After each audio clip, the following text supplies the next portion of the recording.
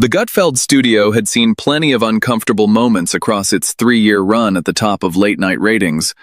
But tonight, Meghan Markle sat across from Greg Gutfeld, and something in her posture suggested she'd prepared for the wrong kind of interview entirely. Greg opened with what sounded like genuine admiration. Meghan, cautiously composed, settled into what she assumed might be an opportunity to reach a new audience. Then Greg mentioned the produce guide. Just casually, with that deceptive lightness he deployed before the sharpest questions. What Meghan said made Greg's eyebrows rise. What Greg said after that, still smiling, still charming, but building towards something that would leave the studio audience audibly gasping, would dominate entertainment coverage by morning. And tonight, Meghan Markle was about to discover exactly how that technique worked. This is the interview that shocked everyone. Subscribe now, hit that notification bell, and let's see what happened. The Gutfeld studio carried its usual weeknight energy. The familiar desk, the panel set up to Greg's right, the live audience that had made this show the highest-rated program in late-night television. 3 million viewers every night. Greg had built something entirely singular, a conservative comedy show that somehow managed to be genuinely funny, which was considerably harder than it looked. Meghan arrived with her usual entourage, publicist, handler, someone monitoring energy levels, settling into the guest chair with practiced composure. Meghan Markle on Gutfeld. This is genuinely brave of you, and I mean that without a single drop of sarcasm, which is unusual for me. Meghan's smile was measured. Thank you, Greg. I believe in engaging across different audiences. Engaging across audiences. That's either admirable or you've run out of sympathetic ones. Maybe both. Let's find out. I want to start with something genuinely current, Greg said, his tone carrying that deceptive lightness. The As Ever Produce Guide, July 14th. Lovely graphic. Cherries, tomatoes, strawberries, basil, mint. Very seasonal. Very beautiful. Also the exact day the CDC issued a health alert about 7,000 cases of cyclosporiasis, which is a parasitic intestinal illness causing what the health bulletins diplomatically call explosive diarrhea, linked to summer produce. Meghan's expression didn't move. I don't monitor every CDC health bulletin before posting seasonal content. No, obviously. Nobody expects that. But do you think your lifestyle brand might want a quick agricultural review process before posting a fruit guide during an intestinal parasite outbreak? Even just a cursory, anything happening with berries this week? Check. The guide was about celebrating seasonal abundance. And it certainly celebrated something. The CDC has different words for what 7,000 people experienced. Kat laughed. Tyrus looked genuinely amused. The audience followed. Meghan's composure held, but only just. Let's talk about the Emmy nomination, Greg continued, pivoting smoothly. With Love, Meghan got its first daytime Emmy nomination for Outstanding Lifestyle Program. That's genuinely notable. But here's what I'm curious about. The show was widely reported to have underperformed. Netflix sources described the relationship as essentially finished, and now there's an Emmy nomination. How do those things coexist? Recognition from the Television Academy speaks for itself. Sure, but daytime Emmy nominations don't usually contradict reported commercial failure. Or do they? I genuinely don't know how that works. Is there a category for technically produced content that generated significant industry chatter? The show connected with its audience. The audience that apparently wasn't large enough to continue the Netflix relationship? I'm not being cruel, I'm genuinely trying to understand the business model where commercial failure and industry recognition happen simultaneously. The UK trip, Greg continued, his tone still light but increasingly pointed. Family trip to see the king, historic moment, Highgrove House, the children meeting their grandfather, all wonderful. But let me ask about the produce guide timing again. You posted summer fruit content while an intestinal parasite outbreak was happening, And presumably you were preparing for this trip simultaneously. Was there any irony awareness in the room? I won't connect unrelated events. They're only unrelated if you ignore the calendar. July 14th, produce guide. July outbreak, intestinal illness. July trip, historic family reunion. A lot happening in July for the Sussex household. You're manufacturing connections that don't exist. I'm noting a timeline that exists entirely independently of me. The CDC issued the bulletin. You posted the guide. The internet noticed. I'm just the latest person to observe it. The UK trip more broadly, Greg said, shifting gears but maintaining momentum. The children went to Highgrove, met the King and Queen Camilla. First proper visit in years. Beautiful story. But you were there too this time, weren't you? Which is actually a change from what had been reported earlier. We traveled as a family. Good. So all the reporting about security concerns preventing your travel was resolved. What actually changed? Appropriate arrangements were made. Appropriate arrangements that took 4 years to figure out. 4 years of legal battles, public accusations, claims about institutional blocking, and then appropriate arrangements were suddenly made. What was different this time specifically? Every situation evolves. Everything with you evolves. Nothing fails, nothing changes. It all just evolves. Spotify evolved. Netflix evolved. The security situation evolved. Your brand evolved from American Riviera Orchard to as ever. At what point does evolution become just a nicer word for something else?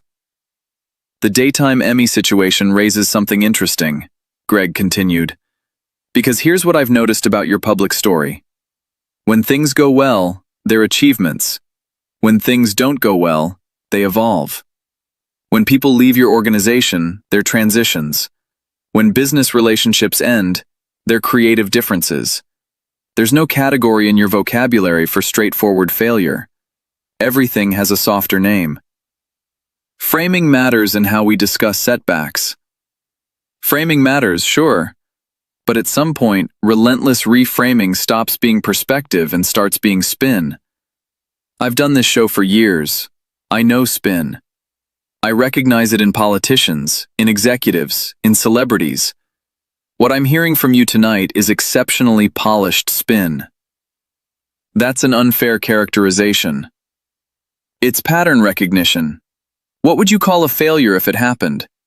What's your word for something that just didn't work, without the evolution or the creative difference or the systemic context? What's your failure word? Silence. The silence is informative. The staff situation at Archwell, Greg said, pressing forward. We've talked about this on the show before. High turnover, 18 departures by some counts, difficult working conditions reportedly. What's your actual explanation? Every organization experiences staffing transitions. 18 of them, in relatively quick succession. From a foundation that employs how many people total?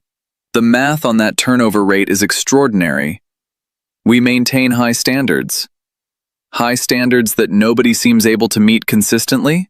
That's either very high standards or a different problem entirely. Which is it? You're making assumptions based on incomplete information. I'm making calculations based on reported numbers. If those numbers are wrong, correct them. If they're right, the calculation produces a conclusion regardless of my assumptions. Let me try something different, Greg said, leaning back. I'm going to ask you a genuine question, and I want a genuine answer rather than a talking point. Ready? Meghan looked cautious. That depends on the question. It's simple. Name one thing that went wrong in the last 3 years that you'd describe as actually your fault. Not systemic context, not creative differences, not evolution. Your fault. One thing. Silence stretched. See, I ask this of everyone. Politicians, executives, celebrities. Most people, even the most defensive ones, can eventually find something. Even a small thing. Even something peripheral. You can't access anything? I prefer to focus on forward progress. Forward progress from what, though? If you can't name what went wrong, how do you know what you're progressing forward from? The divorce rumors, Greg said, shifting but maintaining his methodical approach. Persistent, specific, ongoing. Your team has issued formal denials. What's your actual response? Tabloid speculation without foundation. Speculation that generated a formal response from your representatives, which is the part I always find interesting. Happy, settled couples don't usually require press releases confirming their happiness. What specifically required the statement? False narratives spread without correction. False narratives spread when there's oxygen. What's the oxygen here? Because these rumors are remarkably specific. Financial strain, different priorities, Harry wanting to return to England while you don't. Specific rumors usually have specific sources. People with agendas invent details. They invent details around something, though. Pure fiction doesn't usually generate this level of sustained, specific speculation. What's the core of it? Your father, Greg said, his tone shifting to something more direct. Thomas Markle, elderly, had health complications, publicly asking for reconciliation. Given everything about family healing happening around the UK trip, has he come up at all?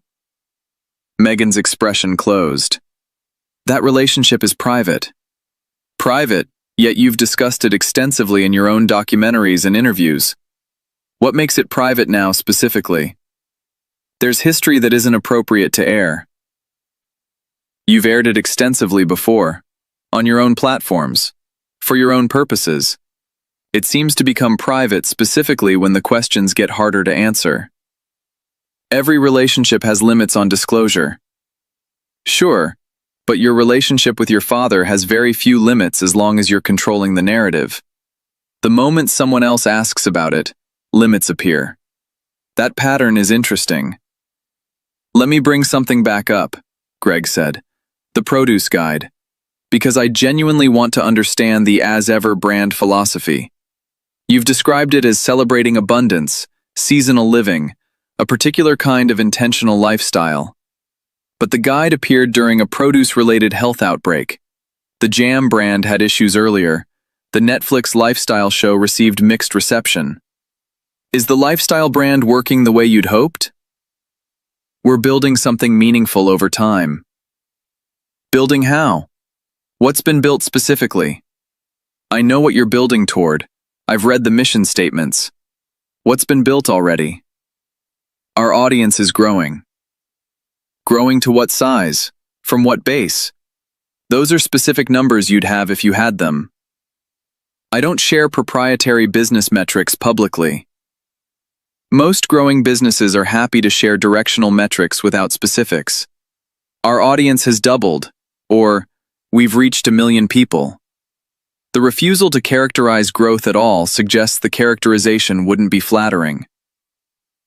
I want to talk about something you've said publicly, Greg continued. You've described yourself as a target of racism within the royal family. You've described your experience as uniquely difficult. You've described the institution as harmful. And now you're back. Your children have met the king. You stayed in England. Your husband was welcomed at events. Help me understand how uniquely harmful racist institution and we had a lovely family visit coexist. People and institutions can change. People and institutions that you described as fundamentally harmful, not temporarily flawed. You characterized the racism as institutional. Institutions don't change in 4 years. What actually changed?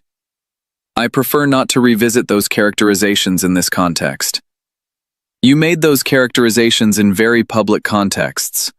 Walking them back quietly, by simply behaving as though they weren't said, is a specific choice. Why not acknowledge the change directly? This isn't what I came here to discuss. What did you come here to discuss? Greg asked genuinely. Because I'm curious now. You chose this show specifically.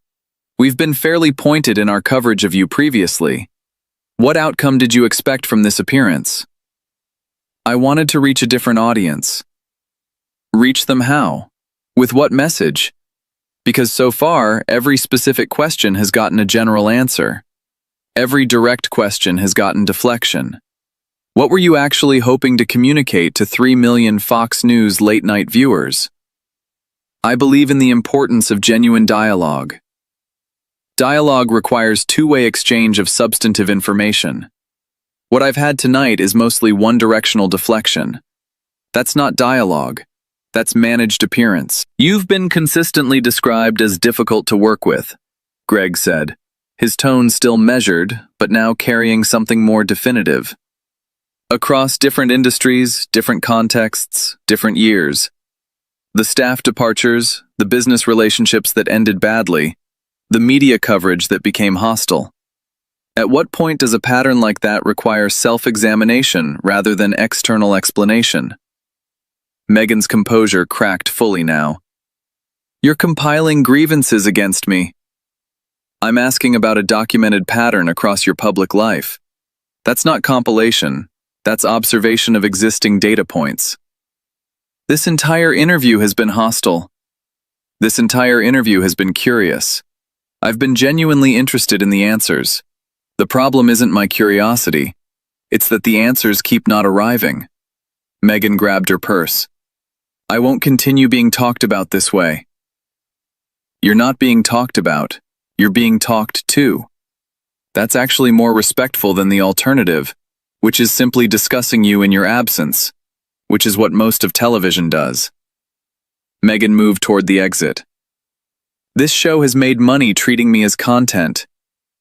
This show has made money treating everyone as content. Politicians, celebrities, ideas, events. You're not special in that respect, which is itself interesting. Most people find the lack of special treatment either refreshing or infuriating. You've clearly landed in column B. History will remember how I was treated.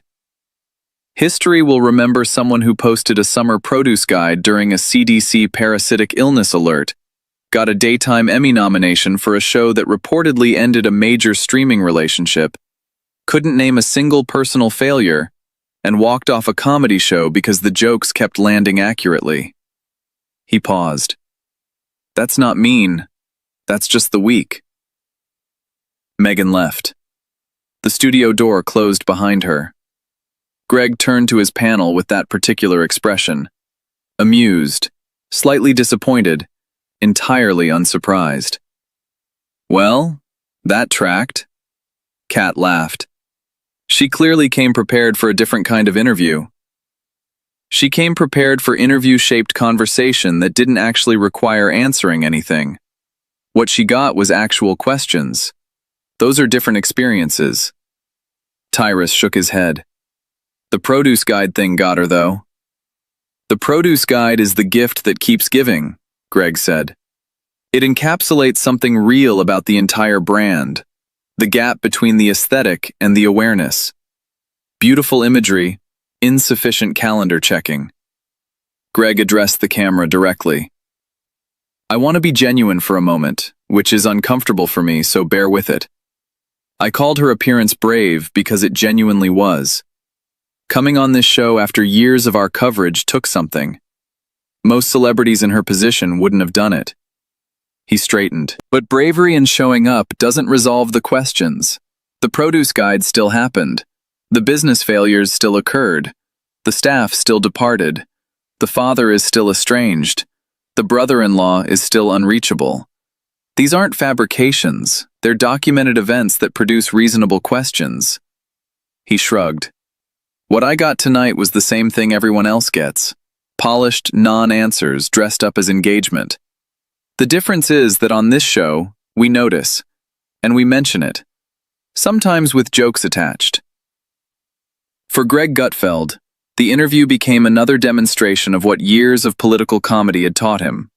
The ability to make people laugh while simultaneously extracting truths they hadn't intended to share, through warmth rather than confrontation. For Meghan Markle, it was uniquely damaging in a specific way. Greg wasn't hostile press. He wasn't British tabloid journalism. He was American late-night comedy. theoretically the most forgiving format imaginable. And she couldn't navigate even his comedic curiosity about her own documented public record. Greg made jokes. Meghan called them hostile. Greg asked about the produce guide. Meghan couldn't explain the timing. Greg asked for one failure. Meghan offered silence. Greg asked what she'd come to communicate.